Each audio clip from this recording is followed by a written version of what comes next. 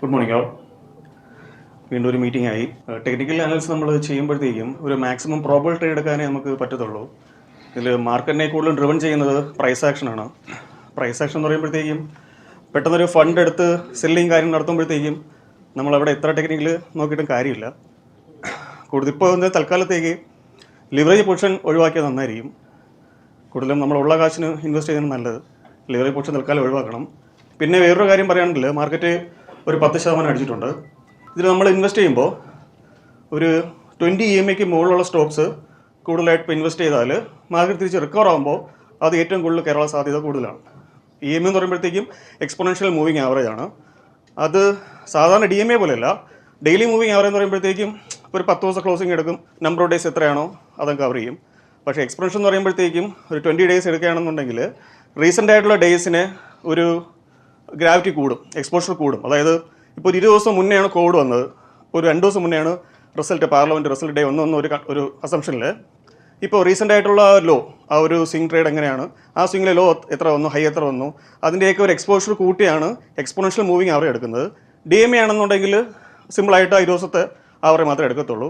അപ്പോൾ അതനുസരിച്ചിട്ട് അതിന് മുകളിൽ ട്രേഡ് ചെയ്യുന്ന സ്റ്റോക്കുകളോ അതിൻ്റെ ആ ഏരിയയിൽ കൺസോൾട്ടേറ്റ് ചെയ്യുന്ന സ്റ്റോക്കുകളോ കൂടുതലായിട്ട് എടുത്താൽ മാർക്കറ്റ് റിക്കവർ ആകുമ്പോഴത്തേക്കും അത് തീർച്ചയായിട്ടും പെട്ടെന്ന് കയറാനുള്ള സാധ്യത കൂടുതലാണ്. തൽക്കാലം ലിവറേജ് പൊസിഷനിലോട്ട് പോകണമെന്നുള്ളതാണ് അഭിപ്രായം. നമുക്ക് കുറച്ച് ചാർട്ട്സ് നോക്കാം. ഇപ്പോൾ റീസെൻ്റ് ആയിട്ടൊരു ഫോർമേഷൻ വന്നിട്ടുണ്ട്, ഒരു ട്രയാങ്കിൾ ഫോർമേഷനാണ് നിഫ്റ്റിയുടെ, ഒരു ഡേ ചാർട്ടാണ്. ഇതിൽ ഈ സപ്പോർട്ടിൽ ഏകദേശം 1-2 തവണ തട്ടി നിൽക്കുകയാണ്. ഇതിപ്പോൾ നമ്മൾ ക്യാൻഡിൽ സ്റ്റിക്ക് നോക്കുമ്പോഴത്തേക്കിങ്ങനെ ലോ വെച്ചിട്ട് നമുക്ക് എല്ലാം ലോയും ഹൈയും എല്ലാം കാണിക്കും. അപ്പോൾ അത് ചിലപ്പോൾ വിക്സ് നമ്മൾ വരയ്ക്കുമ്പോഴത്തേക്കും ചാർട്ട് നോക്കുമ്പോൾ ഇത് 1-2 ക്ലയൻസ് ഡൗട്ട് പറഞ്ഞതിന് അത്രയും ഇങ്ങനെ പറയുന്നത്. അപ്പോൾ അതിന് താഴെ പോയിട്ടുള്ള ഒരു മാർക്കൊക്കെ കാണാം. പക്ഷെ നമ്മൾ ലൈൻ ചാർട്ട് നോക്കുമ്പോൾ അതിൻ്റെ അണ്ടറിൽ തന്നെയാണ്, അത് ബ്രേക്ക് ആയിട്ടില്ല. അപ്പോൾ ഒരു 2350, 2300 താഴെ ഒരു ക്ലോസിംഗ് ആണെങ്കിൽ മാത്രമേ ഒരു വീക്ക്നെസ് കാണുള്ളൂ. ഇല്ലെങ്കിൽ സ്റ്റിൽ ഇവിടെ ഒരു ബൗൺസിങ് ചാൻസ് കൂടുതലാണ്. ഇപ്പോൾ റീസെൻ്റ് ആയിട്ടുണ്ടായ ട്രയാങ്കിൾ പാറ്റേൺ ആണ്. അതാണ് സാർ, ഇന്നത്തെ ക്ലോസിങ്ങിൻ്റെ വെച്ച് നോക്കുകയാണെങ്കിൽ അങ്ങനെ പോവും. നമ്മളിവിടെ നേരത്തെ പറഞ്ഞായിരുന്നു ഒരു ഹെഡ് ആൻഡ് ഷോൾഡർ, അത് കഴിഞ്ഞു. അതിൻ്റെ ആ ഒരു ഏരിയ തിരിച്ച് കൊടുക്കുകയും ചെയ്തു. ഇതൊരു 5 വർഷത്തെ ചാർട്ടാണ്. അതായത് കോവിഡ് സമയം വെച്ച് നോക്കുകയാണെന്നുണ്ടെങ്കിൽ പലതവണ നമ്മൾ നോക്കുമ്പോഴേ ട്രെൻഡ് ലൈൻ കീപ്പ് ചെയ്തിട്ടുണ്ട്.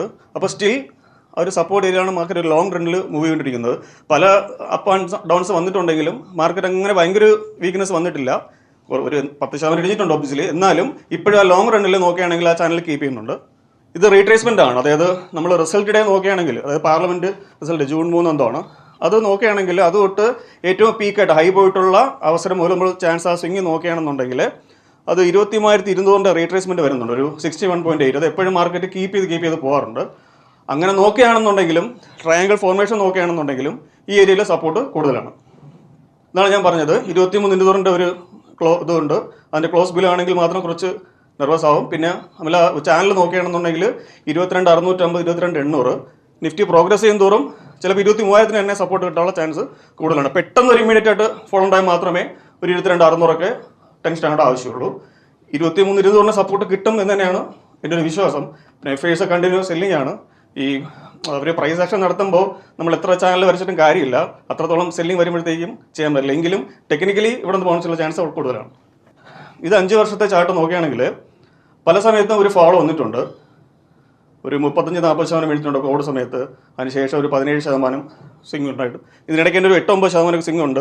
ഇപ്പം നമുക്കൊരു 11-12% വീഴ്ന്നിട്ടുണ്ട്. അപ്പോൾ ലോങ് റണ്ണിൽ പലപ്പോഴും ഇതുപോലത്തെ സാധ്യതകൾ ഉണ്ടായിട്ടുണ്ട്. തീർച്ചയായിട്ടും ഈ ഇങ്ങനെ സാധ്യത ഉണ്ടെങ്കിലും ഇതൊക്കെ ഒരു ഓപ്പർച്യൂണിറ്റി ആയിട്ട് ഉപയോഗിച്ചിട്ട് നല്ല സ്റ്റോക്കുകൾ ലിവറേജ് ഇല്ലാണ്ട് ഫണ്ടമെൻ്റൽ സ്റ്റോക്കുകൾ വാങ്ങി വയ്ക്കുക. പ്രത്യേകിച്ച് ഞാൻ പറഞ്ഞ 20 EMA നോക്കിയിട്ട് വയ്ക്കുകയാണെങ്കിൽ പെട്ടെന്ന് അതായിരിക്കും തിരിച്ച് കയറുന്നത്. Thank you.